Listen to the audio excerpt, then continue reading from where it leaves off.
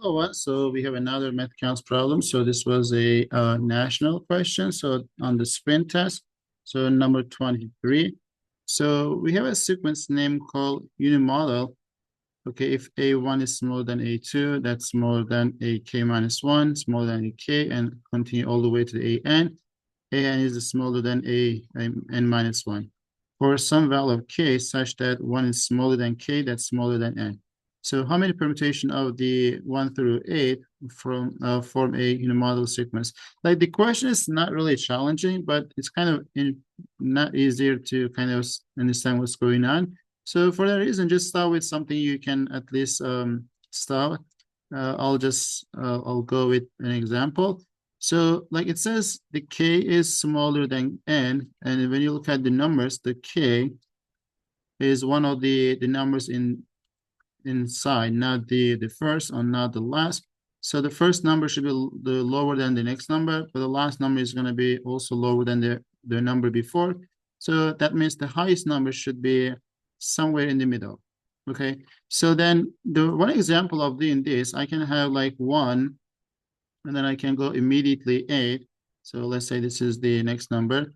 And then after that, based on this, it's like AK is larger than AK plus 1. So the next number should be smaller than this number.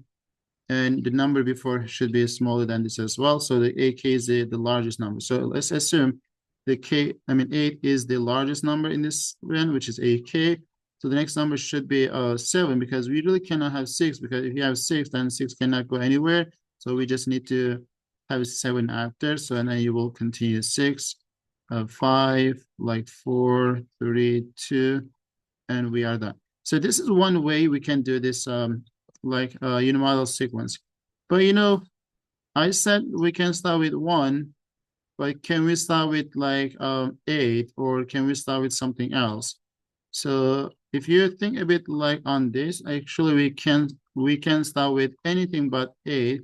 We can start with 2 or 5 or 7, because if I start with like 5, for example, you got 5, 8, and then you just have now remaining numbers that should be listed in a decreasing order. So meaning that I can have anything for the first one, but 8, so which means we have 7 choices for that. Okay, so there is 7 numbers I can do. I don't need to list them. But can we have 8 in the first? Like, can we have 8 is the first number that's the largest, which is not, because if this is 8, then the next number should be larger than that, which is not possible. But with this condition, we have only 7 of these.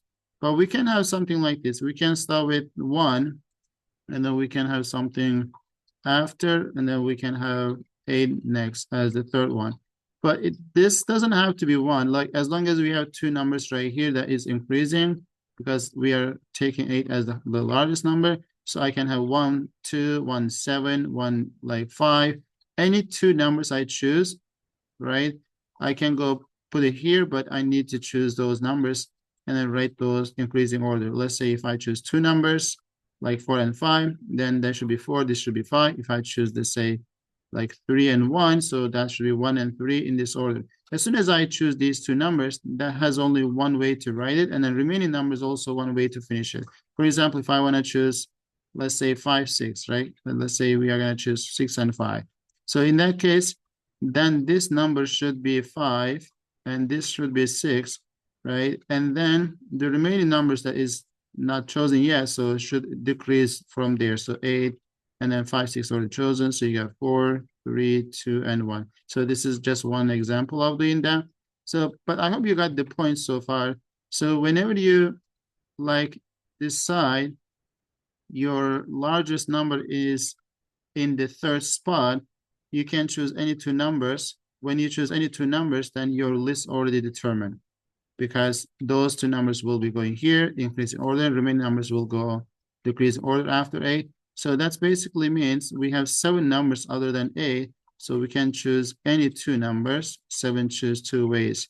So you may probably say, I can write this 7 as 7 choose 1, because I can just choose one of those like 7 numbers other than 8 for the first spot. So that's why we have 7 choose 1. And we have remaining ones. So 1, 2, 3, 4, 5, 6, 7, 8. So if you do the same thing, 1, 2, 3, and then after 8, so we have 4 already, 1, 2, 3, 4. So now we can choose any 3 numbers from the list that is not 8. So then when you have 3 numbers, you have only one way to release this right here, increasing order. So that is determined. So that should be 7, choose 3 ways to get your triple. And then as soon as you have those triple, then remaining 4 will goes here and a decreasing order. That's also unique. So there's no way to change those. And doing the same like reasoning, so we have now one more right here. So we got 1, 2, 3, 4, 5. So 2, 3 after. And I can do the 7, choose 4. Or you can say, as long as I determine these 3, which is 7, choose 3, then these 4 will be determined the same as this previous one. So if I continue in this, 1, 2, 3, 4, 5, and then 8, so 1, 2. So this could be done as 7, choose 5 ways or 7, choose 2 ways. And then 1, 2, 3, 4, 5, 6, 1, 2, 3, 4, 5, and then so you got 6. That's 7, so you have 1.